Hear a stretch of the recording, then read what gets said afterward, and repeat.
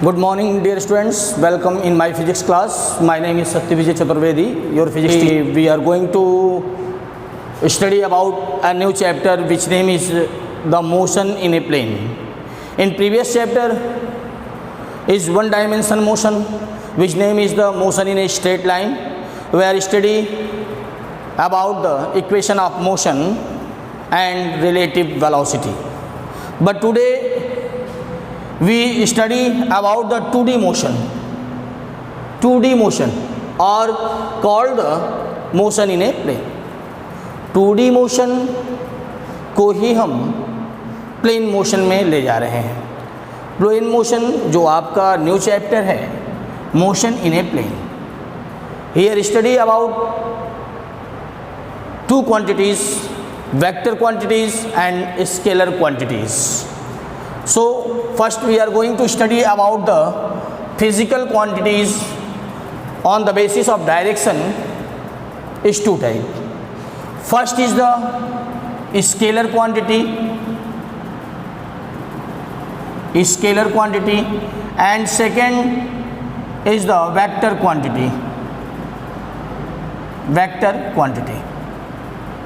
Scalar quantity and vector quantity. Scalar quantity is that type quantity which have only one magnitude, no direction. Which have magnitude, no direction is called the scalar, and that type quantity which have magnitude with direction is called the vector quantity. ऐसी physical quantity जिसमें magnitude के साथ direction की ज़रूरत न हो, उसे कहते हैं आप scalar quantity. And that type quantity which है मैग्नीट्यूड विथ डायरेक्शन, जिसमें मैग्नीट्यूड के साथ साथ डायरेक्शन की भी ज़रूरत पड़ती है, होती है vector quantity. This is the very important topic. Vector quantity is the very important topic. So scalar quantities example is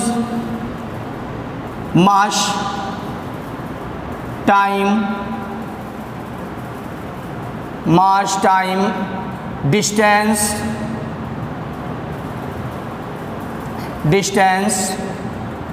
speed, work, etc. This type quantity which have only one magnitude, no direction is called the scalar, and that type quantity which have magnitude with direction is called the vector quantity. Example, displacement,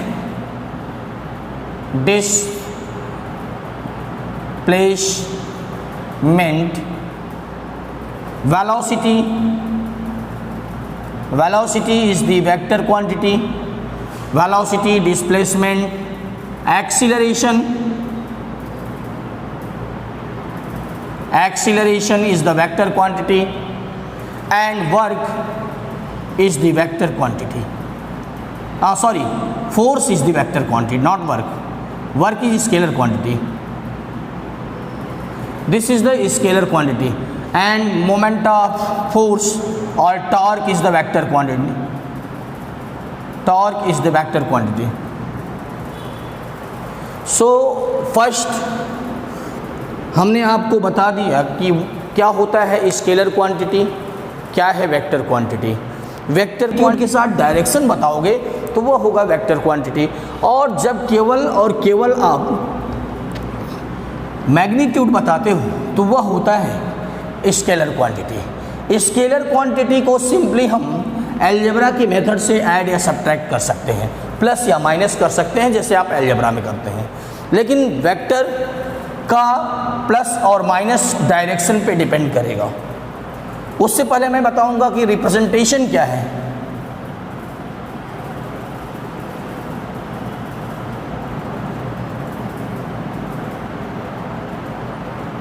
representation of vector.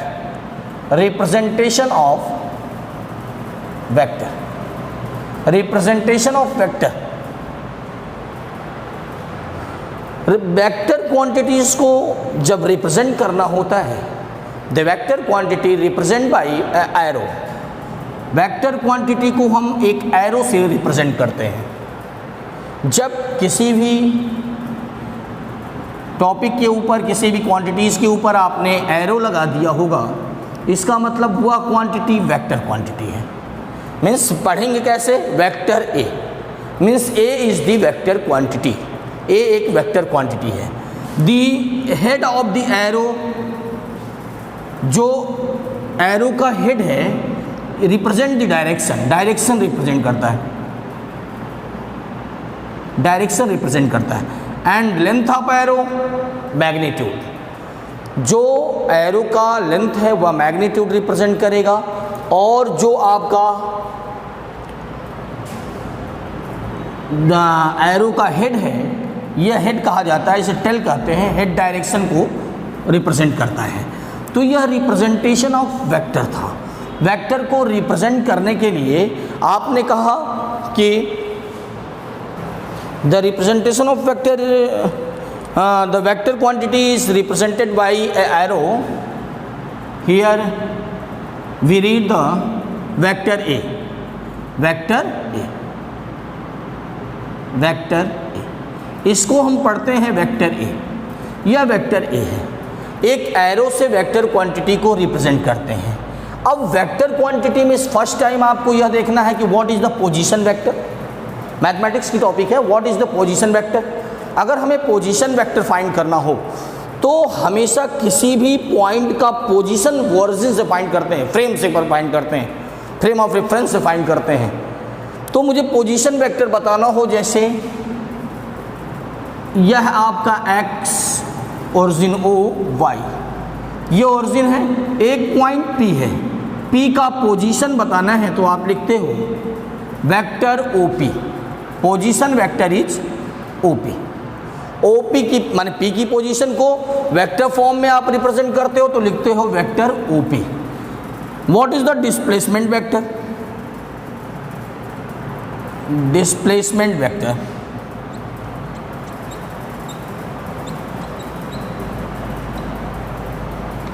What is displacement vector? Displacement vector क्या है? Suppose करो कि आपने x y origin O, here 2 point A and B, the displacement of AB, AB का आपको displacement find करना हो, displacement of AB find करना है, मीन्स वेक्टर AB फाइंड करना हो। AB displacement is the vector quantity, मैंने अभी बताया था कि डिस्प्लेसमेंट वेक्टर क्वांटिटी डायरेक्शन पे डिपेंड करती है। तो वेक्टर AB फाइंड करने के लिए हमें पता होना चाहिए A का position, position of A and position of B, position of A and position of B। तो what is the displacement of vector AB? Vector AB important topic है, इसको देखिएगा, न्यूमेरिकल्स में बहुत ज़्यादा यूज करेंगे हम, और फार्मूले के डेरिवेशन में यूज होगा। और 12th क्लास में जब आप इलेक्ट्रिसिटी पढ़ते हो तो वहाँ पे कूलॉम्स लॉ का वेक्टर फॉर्म होगा, जो यहीं से हम रिप्रेजेंट करेंगे कैसे कैसे होता है। वेक्टर AB मीन्स लास्ट में B है, the position of B minus position of A।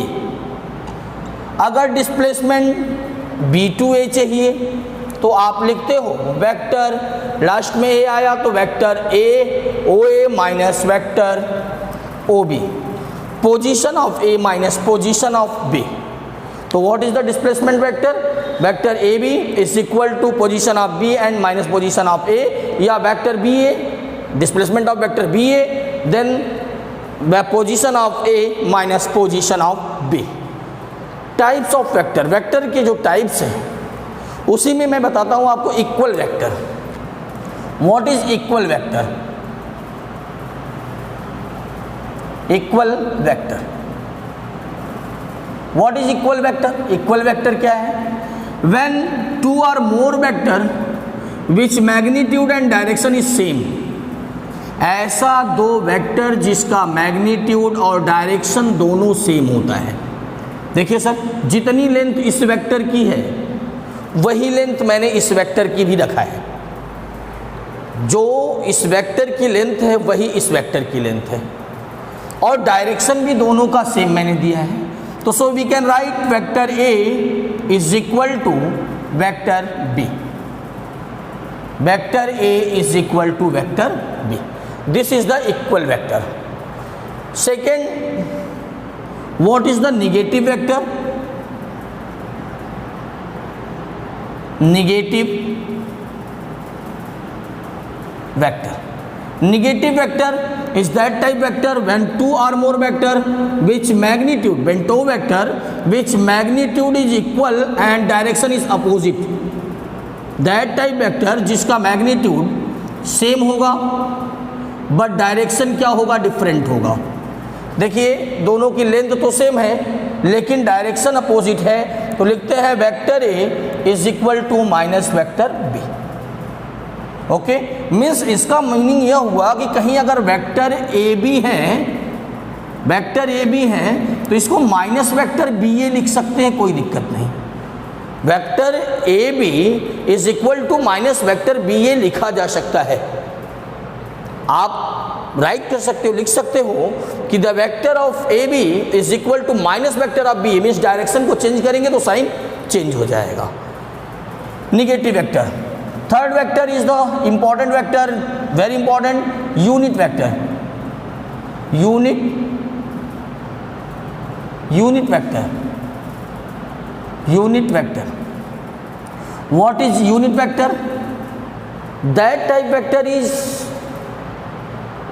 that vector which magnitude is 1, ऐसा वेक्टर जिसका मैग्नीट्यूड 1 होगा। ये तो सिंपल चीज़ है, इसको तो डिफिनीशन आप इसके नेम से जान जाते हैं, लेकिन इसका यूज़ क्या है? इसका यूज़ कहीं भी यूनिट वेक्टर लगा देने का मतलब उसको डायरेक्शन मिल जाता है।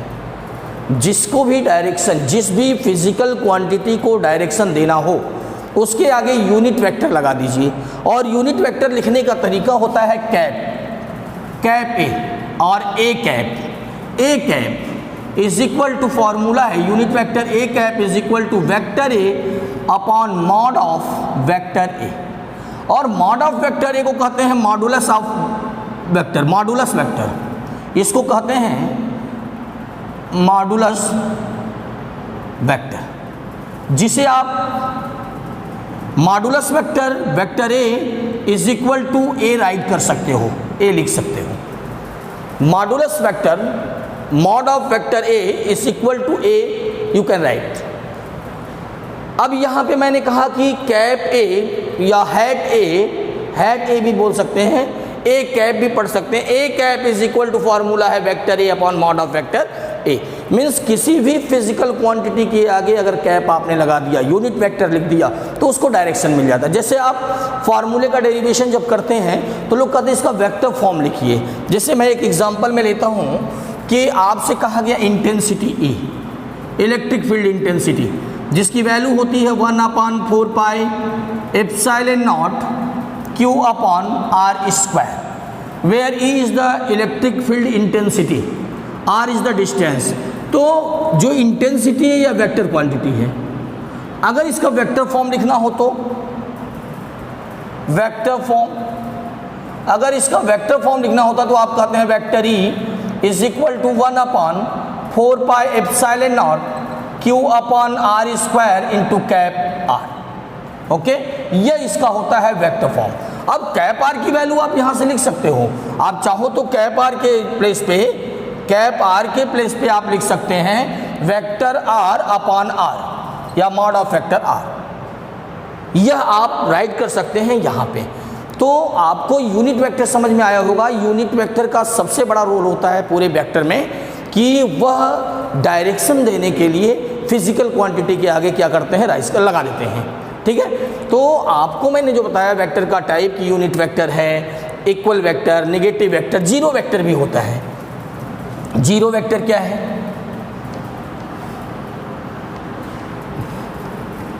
अगर जीरो वेक्टर की हम बात कर लें तो जिसका मैग्नीट्यूड क्या हो जाए, zero, that type vector which magnitude is zero, ऐसा वेक्टर जिसका मैग्नीट्यूड कितना हो जाएगा, जीरो होगा, वह होगा zero vector.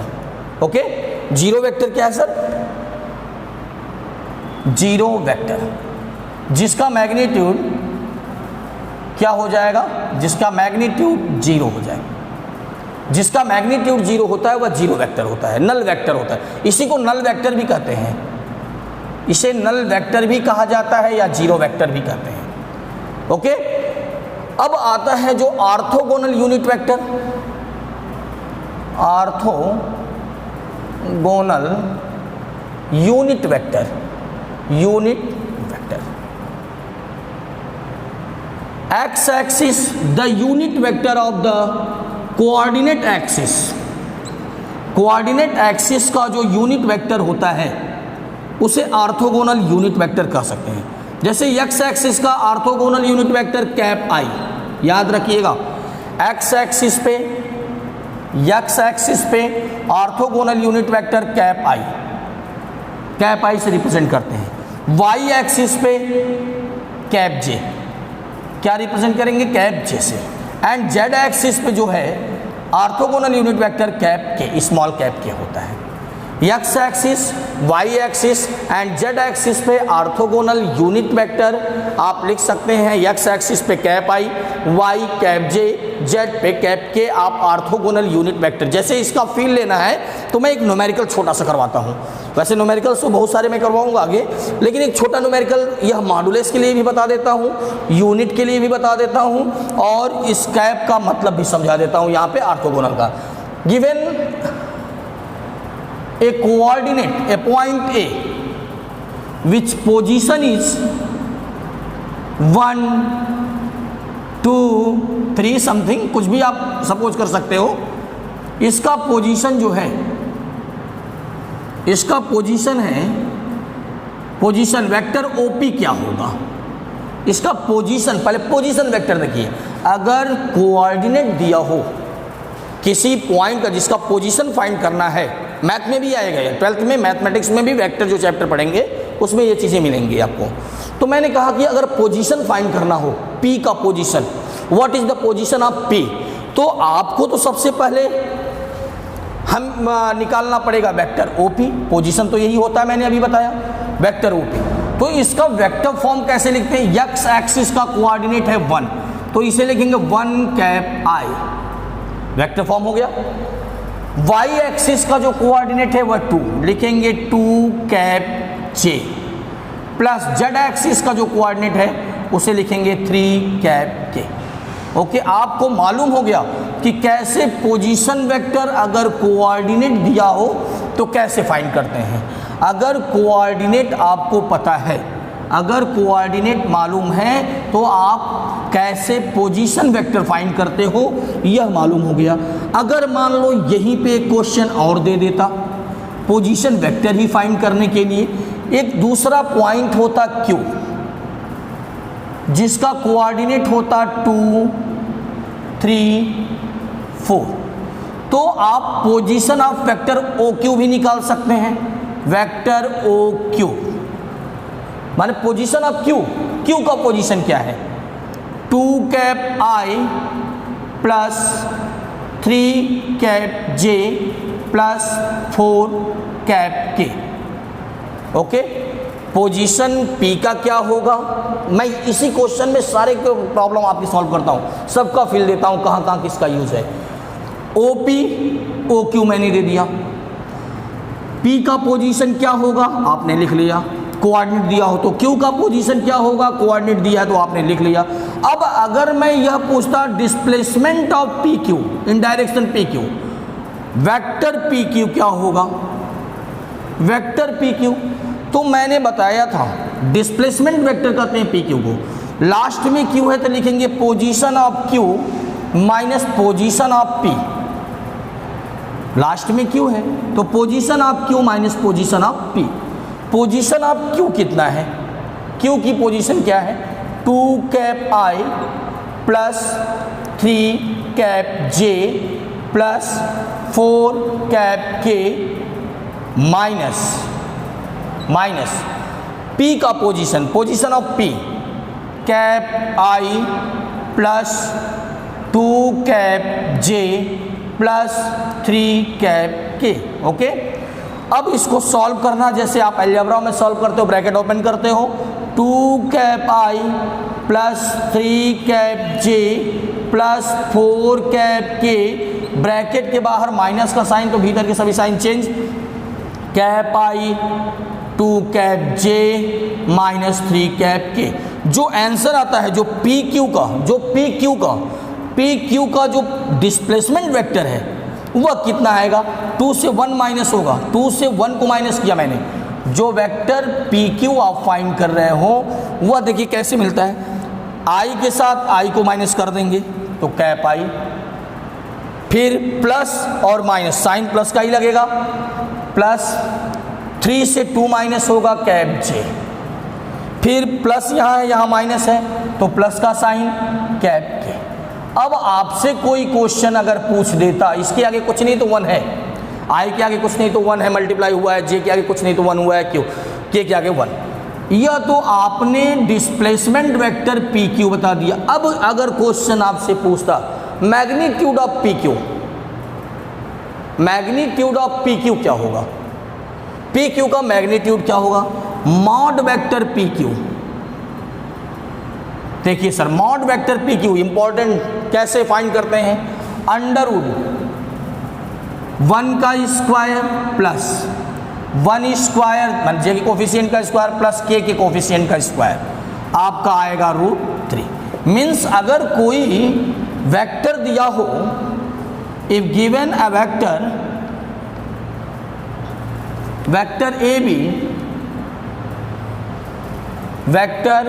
A B is given which is equal to x cap I plus y cap J plus z cap K, find the magnitude of vector A B, और A B का magnitude आपसे पूछ लेता, तब आप क्या करते, formula होता अंडर रूट आई के कोफिशिएंट का स्क्वायर प्लस जे के कोफिशिएंट का स्क्वायर प्लस के कोफिशिएंट का स्क्वायर करके स्क्वायर रूट ले लेंगे, वही आता है आपका मैग्नीट्यूड। कोई प्रॉब्लम नहीं ना, मैग्नीट्यूड निकालना आ गया आपको। मैंने आपको पोजीशन फाइंड करना बताया, फिर मैंने पोजीशन से डिस्प्लेसमेंट वेक्टर बताया, डिस्प्लेसमेंट वेक्टर के बाद कैसे हम उसका मैग्नीट्यूड फाइंड करते हैं वह फाइंड हो गया। मॉड मीन्स मैग्नीट्यूड कैसे फाइंड करते हैं। अब आता है इसका यूनिट वेक्टर बताइए, unit vector of P Q, unit vector of P Q को लिखते हैं vector P Q upon mod of vector P Q, mod of vector P Q. तो वेक्टर पी क्यू की वैल्यू शायद आपको पता होगी, पता है, cap I plus cap J plus cap के, कैप के पढ़ रहा हूँ या आई कैप जे कैप के कैप पढ़ सकते हैं आप, upon mod of P Q, mod कितना आया √3 अपॉन √3। यह आपने पी क्यू का यूनिट वेक्टर फाइंड कर लिया। तो मैंने जो आपको बताया, जो वेक्टर्स के टाइप में बताया, इक्वल वेक्टर होगा यदि मैग्नीट्यूड और डायरेक्शन सेम होगा, नेगेटिव या अपोजिट वेक्टर होता है मैग्नीट्यूड तो सेम होगा, डायरेक्शन डिफरेंट है, ठीक है, डायरेक्शन डिफरेंट होगा, एंड यूनिट वेक्टर होगा ऐसा वेक्टर है जिसका मैग्नीट्यूड क्या होता है 1 होता है, magnitude is 1, and unit vector is important topic. Formula होता है यूनिट वेक्टर को ए कैप से रिप्रेजेंट करते हैं, A cap is equal to vector A upon mod of vector A, vector A upon mod of vector A. तो यहाँ से आपने यूनिट वेक्टर फाइंड कर लिया। यूनिट वेक्टर के बाद की क्वांटिटी, तो वेक्टर का टाइप आपने देखा कि कौन कौन सा टाइप वेक्टर में होता है। वेक्टर के टाइप में मैंने बता दिया आपको इक्वल वेक्टर, इक्वल वेक्टर के बाद आपने देखा होगा नेगेटिव और अपोजिट वेक्टर, फिर यूनिट वेक्टर इंपॉर्टेंट था, नल वेक्टर था, ऑर्थोगोनल यूनिट वेक्टर था। अब हमें पैरेलल शिफ्टिंग देखना है, कैसे वेक्टर को शिफ्ट करते हैं। जैसे अगर वेक्टर ए है तो इस वेक्टर को हम इसके पैरेलल इसी इक्वल लेंथ में यहाँ बना सकते हैं, शिफ्ट कर सकते हैं, या इसी लाइन पे भी आगे बढ़ा के बना सकते हैं, ठीक है। तो पैरेलल वेक्टर माने वेक्टर को शिफ्ट करना यह तरीका होता है। जैसे होता क्या है कि कभी कभी एक ट्रायंगुलर पार्ट दे देता है, यह वेक्टर ए है और वेक्टर बी है, और हमसे एंगल पूछ लेता है, जबकि यह एंगल दे रखा होगा कि क्या राइट है या रॉन्ग है। तो हमेशा जब भी angle between two vector find करना हो, angle between two vector find करने के लिए angle between tail to tail होना चाहिए, टेल से टेल के बीच का एंगल देखते हैं या हेड टू हेड एंगल देखते हैं, ओके। हमको हमेशा एंगल हेड टू हेड या टेल टू टेल चाहिए, टेल से टेल के बीच का एंगल या हेड से हेड के बीच के एंगल को ही हम सपोज करते हैं, लगाते हैं, वैल्यू लिखते हैं। जैसे क्या यह राइट है, यह वेक्टर ए है और यह वेक्टर बी है, इन दोनों के बीच का एंगल 90 डिग्री। देखिए दोनों का टेल से टेल जुड़ा हुआ है, तो टेल के बीच का एंगल है 90 होगा, सही है। यहाँ पे आइए इस क्वेश्चन को देखिएगा, यह इसका टेल है, इस वेक्टर ए का यहाँ पे टेल है और वेक्टर बी का हेड कनेक्ट हुआ है और 60 डिग्री का एंगल बनाता है, तो यह एंगल रॉन्ग है। इसको हमें शिफ्ट करके बनाना पड़ेगा। कैसे बनाएंगे, देखिए सर, यही है vector shifting. Means vector A जिस डायरेक्शन में है और जितना लंबा है आपने ड्रा कर लिया, यह आपका था वेक्टर बी, डायरेक्शन इस दिशा में था, तो मैंने इसी वेक्टर को आगे की तरफ प्रोड्यूस कर दिया। क्या डायरेक्शन यह हो गया, वही वेक्टर डायरेक्शन जिस डायरेक्शन था डायरेक्शन वही हुआ। मीन्स इसको मैंने यहाँ शिफ्ट कर दिया, इस पॉइंट को ला के यहाँ कर दिया। If this angle is 60 degree so this is the 120। तो वेक्टर ए बी के बीच का जो एंगल है वह कितना डिग्री होगा, 120 डिग्री हुआ। ऐसा नहीं कि केवल हम बी को ही शिफ्ट कर सकते हैं, ए को भी शिफ्ट कर सकते हैं। जैसे अगर मान लो बी को नहीं शिफ्ट करना चाहते आप, तो बी यह था, ए को शिफ्ट करने का तरीका है कि हम इसको पीछे चले आएंगे लेके। पैरेलल शिफ्टिंग यही ने हमने बताया अभी कुछ समय पहले कि यह वेक्टर जो था इसका हेड से हेड मिला दिया, हेड से हेड के बीच का एंगल फाइंड कर सकते हैं या टेल से टेल के बीच का एंगल फाइंड कर सकते हैं। जैसे यह हेड टू हेड एंगल है, सही है, राइट है, और यहाँ पे एंगल 120 आ जाएगा। तो यह एंगल फॉर्म करने का तरीका था कि हम कैसे एंगल फॉर्म करते हैं, एंगल बिटवीन टू वेक्टर्स। तो दो वेक्टर के बीच का एंगल फॉर्म करने का तरीका, इसी तरह आप दो वेक्टर के बीच का एंगल बना सकते हैं। अब हमें वेक्टर का एडिशन चाहिए, वेक्टर का सब्ट्रैक्शन होता है, मल्टीप्लिकेशन होता है वेक्टर का। वेक्टर को मल्टीप्लाई भी कर सकते हैं, सब्ट्रैक्ट भी कर सकते हैं और ऐड भी कर सकते हैं। तो एडिशन ऑफ वेक्टर की बात करते हैं हम कि वेक्टर को ऐड कैसे करते हैं। वेक्टर शिफ्टिंग और वेक्टर एंगल के बाद मैंने कहा एडिशन ऑफ वेक्टर होता है, सब्ट्रैक्शन ऑफ वेक्टर होता है। तो वेक्टर एडिशन के हम ट्रायंगुलर लॉ की बात करने चलते हैं कि कैसे ट्रायंगल लॉ से वेक्टर को ऐड कर सकते हैं। अगर एक कार जिसकी वेलोसिटी 4 मीटर पर सेकेंड है ईस्ट डायरेक्शन में जा रही थी और दूसरी फिर क्या करती है, वह 90 डिग्री पे मूव कर गई, मैंने नॉर्थ में जाने लगी 3 मीटर पर सेकेंड से, तो इसका रिजल्ट क्या है, इसका डिस्प्लेसमेंट क्या है।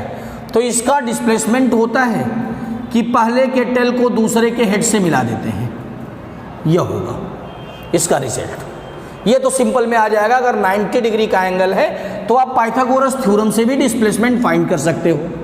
यहाँ तक तो सही है कि अगर एक कार साउथ डायरेक्शन में जा रही या नॉर्थ डायरेक्शन में जा रही थी, सडनली वह मूव कर गई ईस्ट में, तो इसका डिस्प्लेसमेंट कितना हुआ आप सीधे सीधे डायगोनल मिला के बता सकते हो। लेकिन ट्रायंगुलर लॉ में मैंने आपको बताया addition of two vector can be represented both in magnitude and direction by two sides of a triangle. जब हम यह दो वेक्टर हैं, एक वेक्टर है वेक्टर ए, अगर वेक्टर ए है और दूसरा वेक्टर है वेक्टर बी और इसका हमको रिजल्ट निकालना है, या इसको हम P सपोज कर लेते हैं और इस वेक्टर को Q सपोज करते हैं, इसका एडिशन मुझे फाइंड करना है। तो पहले मैं इसका फिगर ड्रा करता हूं वेक्टर शिफ्टिंग के लॉ से। Vector P draw that direction where this doing the work. जिधर यह P जिस डायरेक्शन में है उसी डायरेक्शन में एक वेक्टर आप P ड्रा करो। फिर P के हेड से Q के टेल को जोड़ो। हमेशा याद रहे P के हेड से Q का टेल हमने ऐड कर दिया और जिस डायरेक्शन में है उसी डायरेक्शन में शिफ्ट किया। Okay, vector Q। Result find करने के लिए P के टेल को A के हेड से, मतलब P के टेल को Q के हेड से ज्वाइन कर देते हैं। यही रिजल्ट होता है R, जो मैग्नीट्यूड आता है। जो R आएगा, जो रिजल्ट आएगा, वह रिजल्ट जो होगा वही उसका मैग्नीट्यूड होगा। इसलिए उस पर मैंने वेक्टर नहीं लगाया, वेक्टर R नहीं लिखा मैंने, बल्कि क्या लिख दिया R। अगर उस तरह सिंपली आप वेक्टर R लिखना चाहते हैं तो vector R is equal to vector P plus vector Q भी लिख सकते हैं। लेकिन मुझे इसका मैग्नीट्यूड चाहिए, डिस्प्लेसमेंट का मैग्नीट्यूड क्या होगा। तो मैं सबसे पहला काम करता हूँ, फिर से सुनिएगा, दो वेक्टरों के एडिशन में हम फर्स्ट वेक्टर को जिस डायरेक्शन में है उसी डायरेक्शन में शिफ्ट करते हैं, वेक्टर p के हेड से दूसरे वाले के टेल को कनेक्ट कर देते हैं और रिजल्ट निकालने के लिए मैं पहले के हेड को दूसरे के टेल से ज्वाइन कर देता हूँ और सपोज करता हूँ यह एंगल है थीटा। अब हम r की वैल्यू कैसे फाइंड कर सकते हैं? अगर राइट ट्रायंगल होता तो मैं पाइथागोरस थ्योरम यूज़ कर लेता, लेकिन ये राइट ट्रायंगल है नहीं, यह एंगल थीटा है। तो हम सपोज करते हैं वेक्टर है OAB, मैं इसको राइट ट्रायंगल बनाता हूँ, इसमें राइट ट्रायंगल ड्रा करता हूँ। Draw a perpendicular line from the B at side OA। OA पे आपने एक परपेंडिकुलर लाइन ड्रा कर दिया, ठीक, BC, एंड दिस एंगल भी phi, we suppose this angle is phi. यह एंगल मैंने फाई सपोज कर लिया, यह थीटा था, मुझे रिजल्ट चाहिए। अब मेरे पास राइट ट्रायंगल बना हुआ दिख रहा है। राइट ट्रायंगल कौन सा है? In right triangle BCO, BCO, right triangle में hypotenuse square means R square is equal to perpendicular square means BC square plus base का स्क्वायर मीन्स OC स्क्वायर आप लिख सकते हो। लेकिन हमें वैल्यू OC की नहीं पता है, वैल्यू OC की नहीं पता है। हम लिख सकते हैं R square is equal to, value तो मुझे BC की भी नहीं पता है, लेकिन अभी निकालेंगे, आ जाएगा BC स्क्वायर प्लस OC को आप लिख सकते हो, OC को OA plus AC, OA plus AC। किसी को कोई प्रॉब्लम है? मैंने कहा कि OC पूरी डिस्टेंस OA प्लस AC, वही मैंने लिखा, and this is the equation first. एक और राइट ट्रायंगल है जिससे साइड हम AC भी फाइंड कर सकते हैं, साइड हम BC भी फाइंड कर सकते हैं। वह राइट ट्रायंगल है in right triangle BCA, phi यह एंगल है, हमें BC चाहिए। साइन फाई आपने पढ़ा होगा, perpendicular upon hypotenuse. Sine phi is equal to perpendicular कितना है? परपेंडिकुलर कितना है? परपेंडिकुलर है BC, जो आपको फाइंड करना है, अपॉन हाइपोटेन्यूज Q। उसका मैग्नीट्यूड मैंने लिखा, mod of vector Q means Q लिखा, मीन्स लिख सकते हैं BC, value of BC is equal to Q sine phi. Similarly same triangle we find AC upon hypotenuse Q is equal to base upon hypotenuse cos phi. So AC is equal to Q cos phi. किसी को problem तो नहीं है यहाँ तक? मैंने BC की value find कर ली, मैंने AC की वैल्यू फाइंड कर ली। अब इस BC की वैल्यू AC की वैल्यू को हम इक्वेशन फर्स्ट में सब्स्टिट्यूट करते हैं, लिखेंगे putting this value in equation first. इस वैल्यू को मैं इक्वेशन फर्स्ट में पुट करने चल रहा हूँ, जो पहले मैंने इक्वेशन बना रखा है।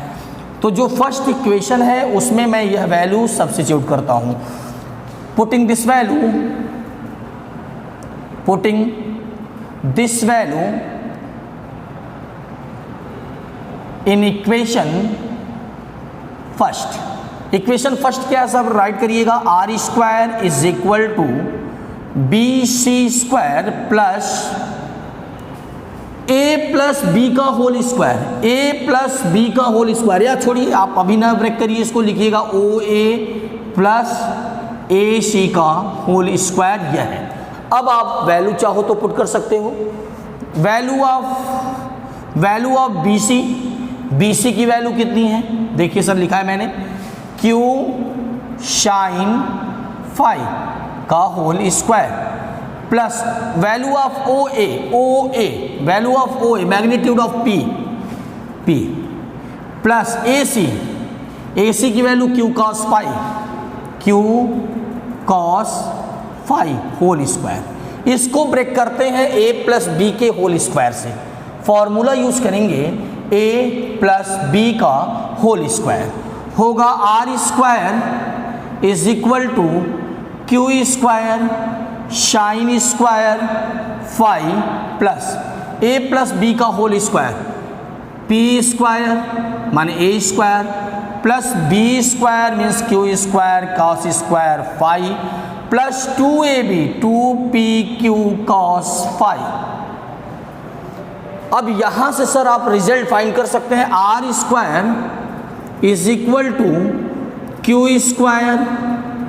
अब आप चाहो तो इस दोनों प्रोसेस में कुछ कॉमन है, इस दोनों स्टेप में कुछ कॉमन दिख रहा है क्यू स्क्वायर मैंने कॉमन किया, बचेगा कितना sine square phi plus cos square phi plus P square plus 2pq cos phi. Okay, आपने ट्रिग्नोमेट्री में एक फॉर्मूला पढ़ रखा होगा sine square theta plus cos square theta की वैल्यू कितनी होती है 1। So we can substitute in this place the value of sine square phi plus cos square phi into 1 plus P square plus 2pq cos phi और R square is equal to P square plus Q square plus 2pq cos phi. यह आपका formula मिला result निकालने के लिए triangular method में। अगर triangular method से आपने वेक्टर को ऐड किया है तो इस मेथड से आप इस फार्मूले को डेराइव करके इस फार्मूले को फाइंड कर सकते हैं, रिजल्ट निकाल सकते हैं। इंपॉर्टेंट यहाँ ज़्यादा नहीं है। अब इसी तरह सेम आएगा, जिसको यह फार्मूला इस फार्मूले का डेरिवेशन नहीं आया वो आगे मैं पैरेललोग्राम ला करवाऊंगा। अगले वीडियो में देखते हैं, इसको करवाते हैं पैरेललोग्राम ला और वह इंपॉर्टेंट होगा आपके लिए।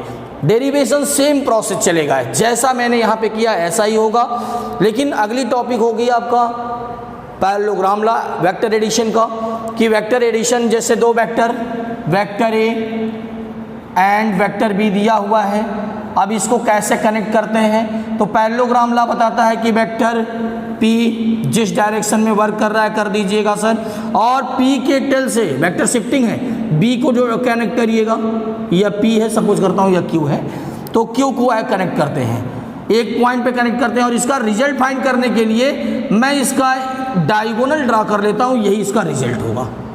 जो पैरेललोग्राम का डायगोनल बनेगा इस एंगल की बीच से जो जाएगा मीन्स डायगोनल जो होगा वही इसका रिजल्ट होगा, जिसका डेरिवेशन हम अगले वीडियो में देखेंगे। धन्यवाद।